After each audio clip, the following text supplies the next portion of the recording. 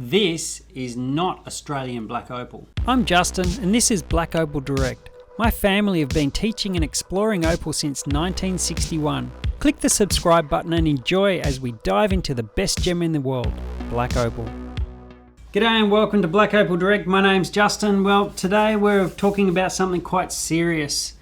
We've had a lot of this new type, well, it's not really new anymore, but it's a type of opal that's been treated to look like Australian black opal.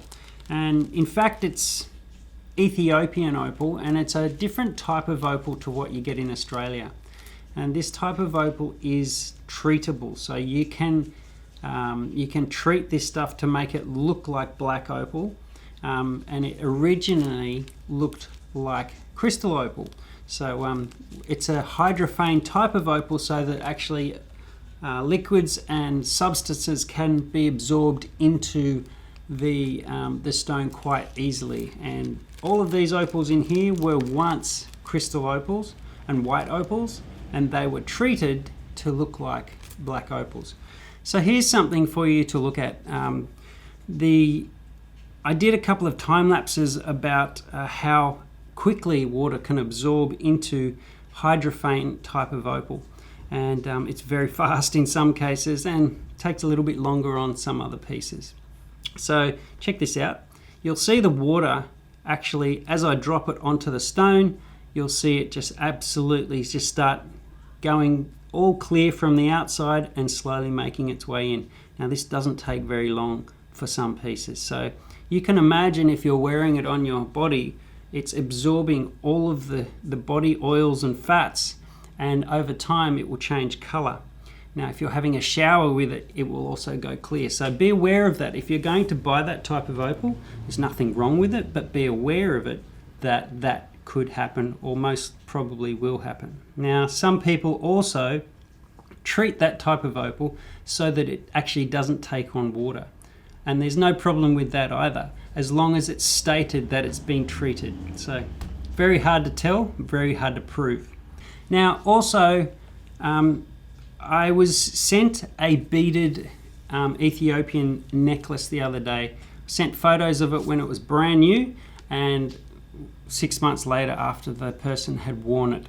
And I don't want to beat up on Ethiopian opal, but unfortunately that beautiful crystal and white opal necklace turned into a brown opal necklace.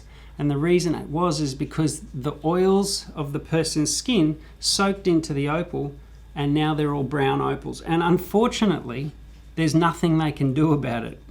And they were really upset and said they bought from a reputable dealer in Australia too, and they said it was Australian opal, and it ended up being Ethiopian, not treated, but Ethiopian opal, and that is also fraudulent. So if you do that with an Australian necklace, you will find that it won't change, because Australian opal cannot take on treatment unless it is matrix opal from Andamuka. There's been a lot of people selling this stuff online to the whole world, saying this is Australian black opal, and in fact it's not. And it's a rort, because let me tell you a story. I have a customer that emailed me the other day, and they had they said they went to an auction house in Australia and they went and bought some beautiful black opals, and here's the footage of the black opal over the top. And they spent $5,000 on this opal, and they wanted my opinion on whether it was nice opal. And as soon as I saw it, I said, guys, this is not Australian opal, that's treated Ethiopian opal. It's only worth a few $100s or less, you know. So we need to get this sorted out and tested so that you can get your money back from that auction house. Now the auction house totally said they would if we can prove that it's not Australian opal. So I sent the opal to Tony Smallwood, and he's the guy who also tested the Rainbow Serpent way back when, and he came back with, yes, it's definitely treated Ethiopian. So my friends who spent $5,000 on these two stones got their money back. Now this is happening everywhere, and there are a few things that you really need to look out for to make sure you don't end up with this rather than black opal. So let's go through a few traits of this stuff so that you can get a better idea or a clearer feeling when you see an opal online or you see an opal anywhere that they're not trying to pull the wool over your eyes.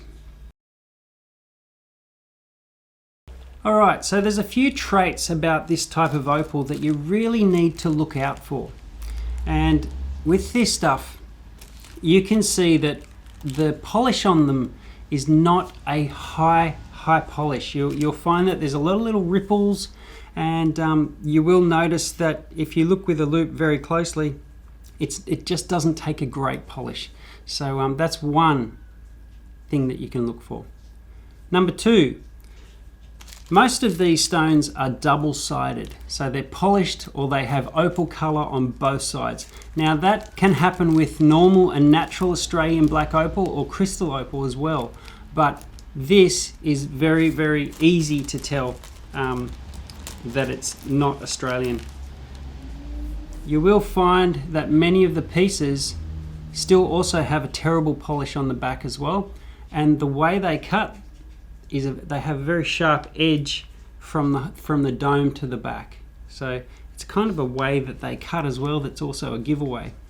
Also, with the opals that look like beautiful red on blacks, they have a pattern which is quite interesting. It's a different type of pattern to Australian black opal, where when you move it around, it shows sparkles here and there, like it shows flecks of color, but there's a lot of blackness to it, like too much blackness to it.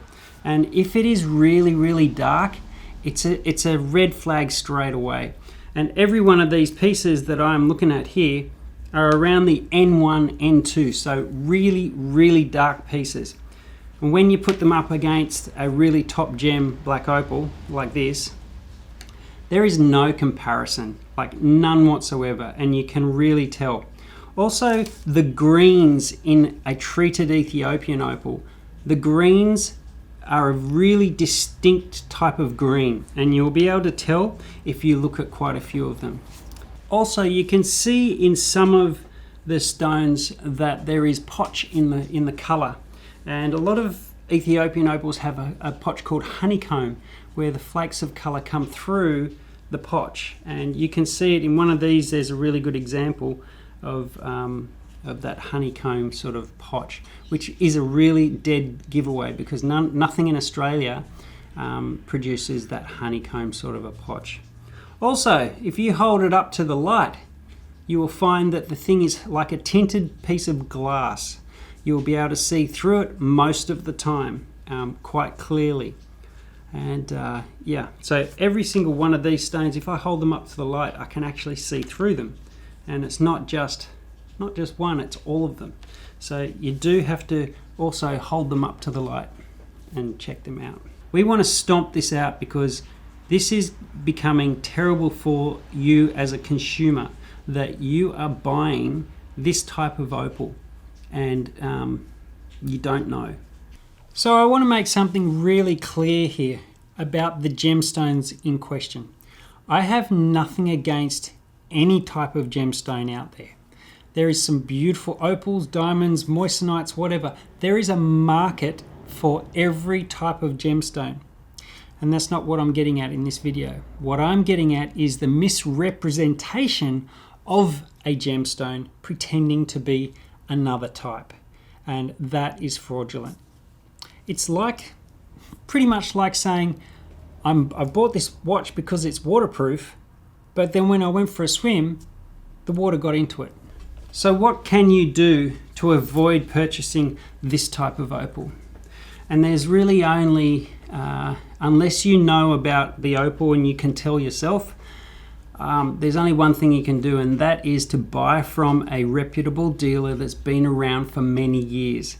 Now, if you're looking for the bargain that some person on Facebook Marketplace is selling some opal, calling it black opal, and you think you're going to get yourself a deal, well, think again. Nowadays, it is really risky that you're buying an Ethiopian black opal and not a traditional gem black opal from Australia. So you be careful, please. It is It's heartbreaking. Every week I get somebody saying, I bought some opal and now I don't know if it's Australian. Or I bought some opal and I got it wet and it changed colour. And the representation of that opal, so the person selling you that opal should be telling you where it's from, if it's treated, its origin, all that sort of stuff before you buy. And if they're not telling you the truth, then it is fraudulent and you should try and get your money back. It's a really, really hard one. I'm really sad that people are doing this sort of stuff because it's not great for the industry. It makes people feel scared to purchase. So if you are going to buy from the dealers that know opal and have been around for years. And I don't mean just me. I mean there's many good quality dealers out there to buy from. Just do your homework. Thanks for watching, and I'll see you next time.